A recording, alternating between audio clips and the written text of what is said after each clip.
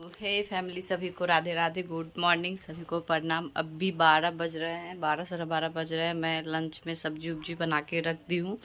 वो बोले थे कि आज सब्जी चावल ही खाएंगे, तो हमने सब्जी चावल लंच में बना दी थी।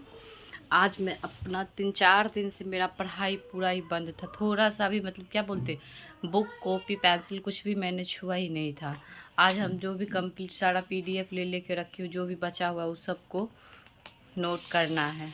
नहीं तो फिर मैं पीछे रह जाती हूँ, सारे बच्चे आगे भाग जाएंगे और मैं पीछे रह जाऊँगी। और पढ़ाई में थोड़ा सा भी डिले हो जाता है तो मन थोड़ा नहीं लगता। अगर नहीं पढ़ते हैं ना तो ऐसा लगता है कि आज मैंने कुछ किया ही नहीं है, आज मैंने कुछ किया ही नहीं है, आज मैंने कुछ किया ही नहीं है, ऐसा लगता है। जब पढ़ाई अपने मन से थोड़ा बहुत भी नहीं, ज़्यादा नहीं, 2 घंटा भी अपना कर लेते हैं ना, 1-2 सब्जेक्ट भी कवर कर लेते हैं ना, तो थोड़ा सा अच्छा फील होने लगता है। अब बाबू तो पूरा चश्मा का हालत ही ख़राब कर रखा है। मेरे ना आइस में थोड़ी सी प्रॉब्लम हो जाती है। जब भी ऑनलाइन क्लास हम ज़्यादा देर कर लेते हैं ना, तो मेरे आँख में बहुत ज़्यादा पेन होने लगता है और पूरा पानी पानी आने लग जाता है। इसलिए अगर थोड़ा सा चश्मा लगा के भी अपना पढ़ाई करते हैं तो ज़्यादा कोई दिक्कत होता नहीं है। अब बाबू अपना उधर खेलने में व्यस्त है, तब तक अगर 2 बजे तक वो आएंगे तब तक 2 बजे तक मैं भी अपना कवर कर लूँगी।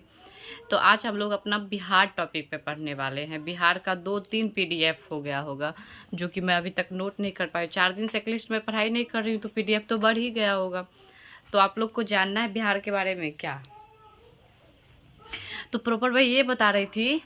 बहुत आदमी कहते हैं कितना तेज़ी तेज़ी बोलती हो तुम, लेकिन मैं क्या करूँ, मैं बहुत कोशिश करती हूँ कि मैं धीरे से बोलूँ, एकदम लॉयली धीरे से बोलूँ।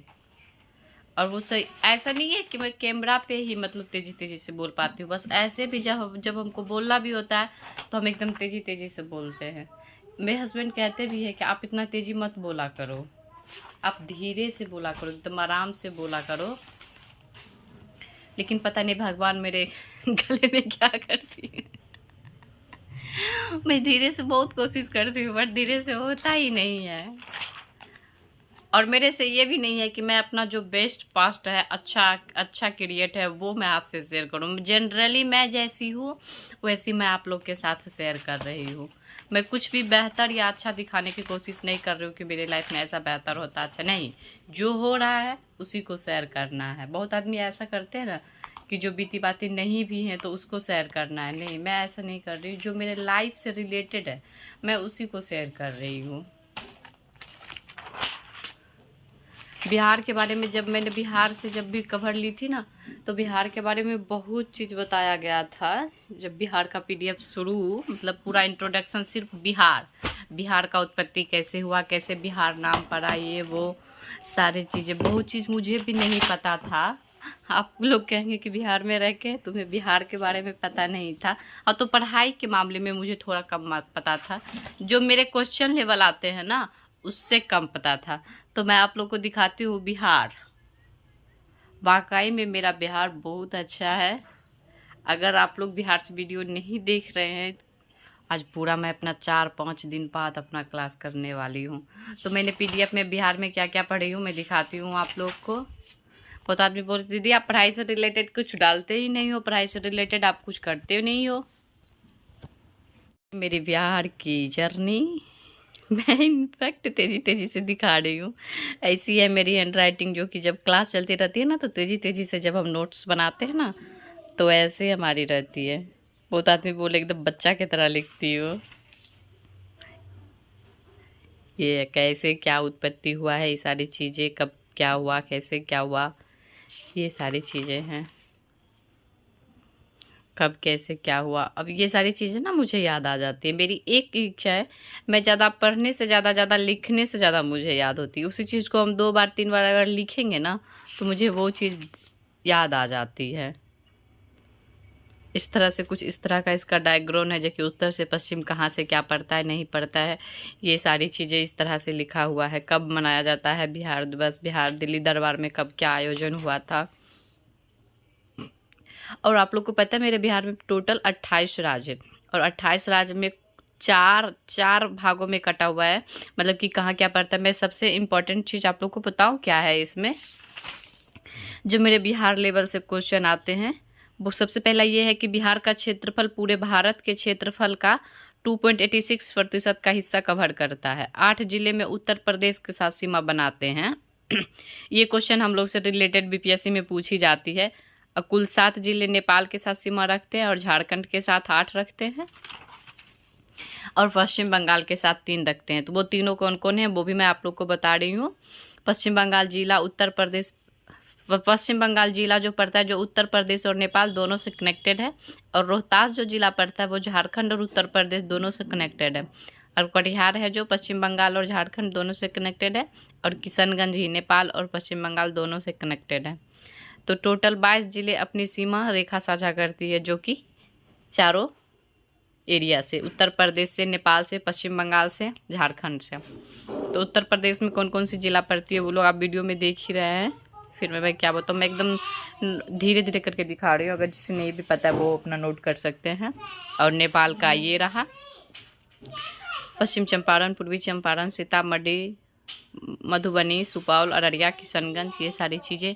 और आपको पता है पश्चिम बंगाल से मात्र तीन डिस्ट्रिक्ट बिलोंग करते हैं, किशनगंज, कटिहार और पूर्णिया। और झारखंड से भी कर रहा है कटिहार को मैंने यहाँ कटिहास लिख रही थी, फिर मैंने उसे कट करके लिखा भागलपुर, बांका, जमुई, नर्मदा, गया, रोहतास होता, जो कि मैं झारखंड के एरिया में पढ़ रही हूँ, जो कि मैं अभी गया में रह रही हूँ। तो प्रॉपर यहाँ गर्मी थोड़ा ज़्यादा है गया एरिया में। और एक बात आप जानते हो, गया के एक क्वेश्चन भी आता है कि सबसे ज़्यादा उर्वरक कहाँ पाया जाता है, तो गया में ही पाया जाता है। सबसे ज़्यादा गर्मी और ठंडी कहाँ रहती है, तो वो गया डिस्ट्रिक्ट में रहती है। गया डिस्ट्रिक्ट से बहुत सारा क्वेश्चन आता है, जो कि मुझे कहीं घूमने भी जाते हैं, कुछ भी करने जाते हैं, तो उस चीज़ को मैं 2 बार एग्जाम दी हूँ ना, तो मुझे पता है कि ऐसे ऐसे क्वेश्चन रहते हैं, ये सारी चीज़ें रहते हैं। अब ये मेरी 3rd अटैम्प्ट, क्योंकि एक बार ना, पहले आप लोग ये देख लो फिर मैं बताऊँगी कि मैंने कितने अटैम्प्ट दिए हैं, क्या किए नहीं किए हैं। और बिहार ये कैसे बोधि वृक्ष वगैरह, आप लोग कभी बिहार आओ ना तो यहाँ घूमने के लिए ज़रूर आओ, बोध गया। यहाँ जो अन्य प्रमुख चिन्ह होती है ना, प्रतीक, वो सारी चीज़ें है। राजकीय वृक्ष क्या है, पीपल, इसके वैज्ञानिक नाम क्या है, राजकीय पक्षी क्या है, गौरैया, और कब इसका मतलब नाम पड़ा, 20 मार्च 2013 में। राजकीय फूल क्या है, गेंदा का फूल है। राजकीय पशु है बैल, घोड़ा, जो कि हम लोग को बैल पता था ही। राजकीय मछली है मांगुर, 2011 में पढ़ा था। और राष्ट्रीय गीत, इतना सुंदर ये गीत है क्या पूछो ही मत। मैं जब लिख रही थी ना तो लिखते लिखते मुझे आधा से बेसी याद हो गया। मैं सुनाऊँ आपको। मेरे भारत के कंठहार, तुझको सत सत बंदन बिहार। मेरे भारत के कंठहार, तुझको सत सत बंदन बिहार। मेरे भारत के कंठहार, तुझको सत सत बंदन बिहार।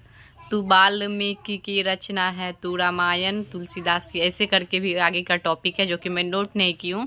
अभी मैं इस पर गा नहीं पा रही हूँ, लेकिन अगर मैं गाऊंगी ना तो बहुत अच्छा लगता है। मैं नेक्स्ट दिन आप लोग को ज़रूर सुनाऊंगी। फिर उसके अगले हेडिंग मैंने गलत लिख दी थी, तू वाल्मीकि की रामायण है, ऐसे करके है अगला टॉपिक। फिर मैं गलत है, तब यह बोधि तत्व की करुणा है, ऐसे करके है। तो मेरे बिहार की नहीं खत्म हुई। आज एक लिस्ट मुझे 2-3 दिन का बिहार को कवर करना पड़ेगा। वीडियो मेरे पढ़ाई से रिलेटेड था। मैं 2 बार एग्ज़ाम दे चुकी। मैंने आपको बोला ना कि मैं बताती हूँ, तो मैं ना 2 बार एग्ज़ाम दी हूँ।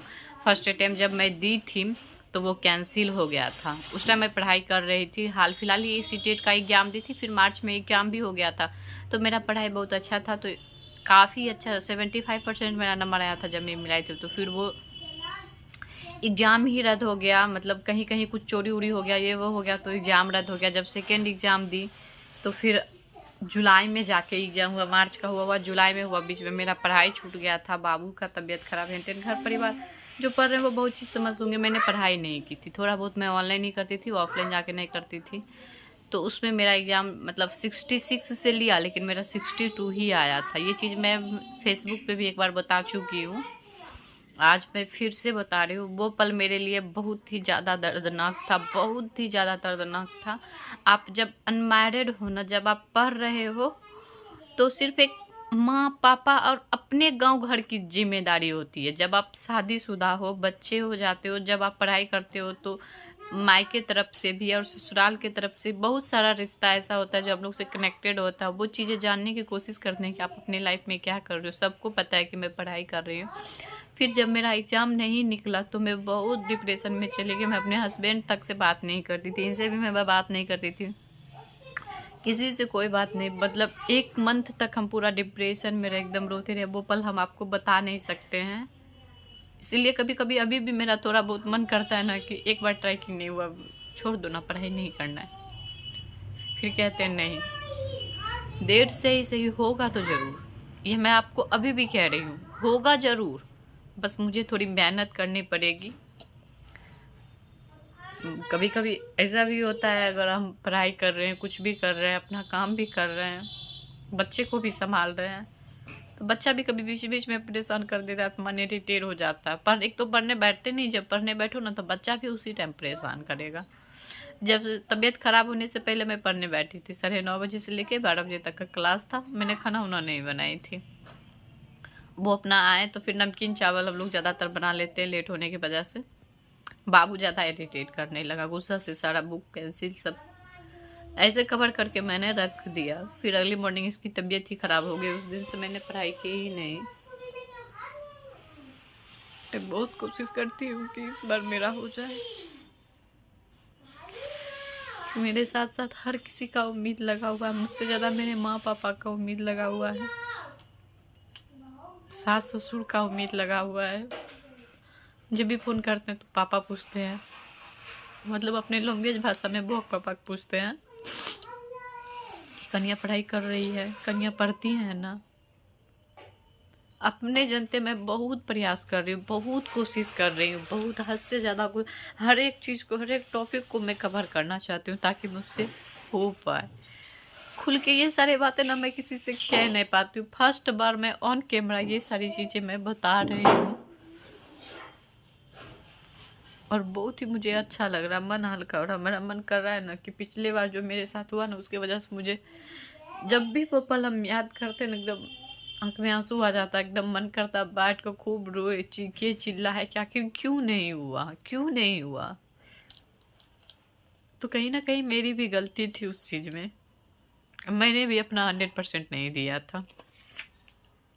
जो मुझसे बेहतर किए उनका हुआ, लेकिन इस बार मैं कोई चूक नहीं करने वाली हूँ।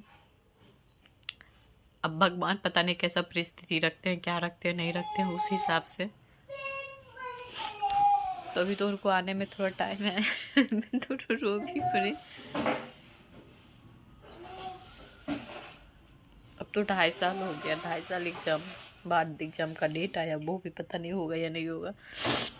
बीच बीच में मैं अपने घर भी जाती थी, जो फेसबुक पर अगर वीडियो देखते होंगे तो घर भी जाती थी पढ़ने के लिए। 2-2 2.5 मंथ में पढ़ा कर करके आती थी, बट एग्जाम नहीं होता था। परिवार है, बच्चा है, बच्चा भी डैडी के लिए परेशान करने लगता था, रोने लगता था, तो फिर मैं पढ़ाई छोड़ के यहाँ आ जाती थी। लेकिन इस बार हस्बैंड ही बोले नहीं, एग्ज़ाम का डेट दिया है तो आप मन से अपना पढ़ाई करो, आगे बढ़ो। जिस लाइन में भी आप आगे बढ़ना चाहते हो मैं आपके साथ में हूँ, सपोर्ट में हूँ। इससे बड़ा मेरे लिए कुछ नहीं है। एक लड़की के लिए खासकर का हस्बैंड का सपोर्ट उसके लिए काफ़ी ज़्यादा है, और मेरे लिए तो परिवार और हस्बैंड दोनों का सपोर्ट है। तो यहाँ मैं अपनी पढ़ाई शुरू कर रही हूँ। आप लोग इस वीडियो को ज़रूर देखिए। अगर वीडियो पसंद आए तो चैनल को लाइक कीजिए, सब्सक्राइब कीजिए, और कमेंट में मुझे बताइए कि आप लोग अपना प्रिपरेशन कैसे कर रहे हैं, ताकि मैं बेहतर तरीके से कर पाऊँ और अपना 100% दे पाऊँ, ताकि मैं अपने परिवार के साथ साथ आप सबका नाम भी रोशन कर पाऊँ। तो मिलते हैं नेक्स्ट वीडियो में। Bye bye.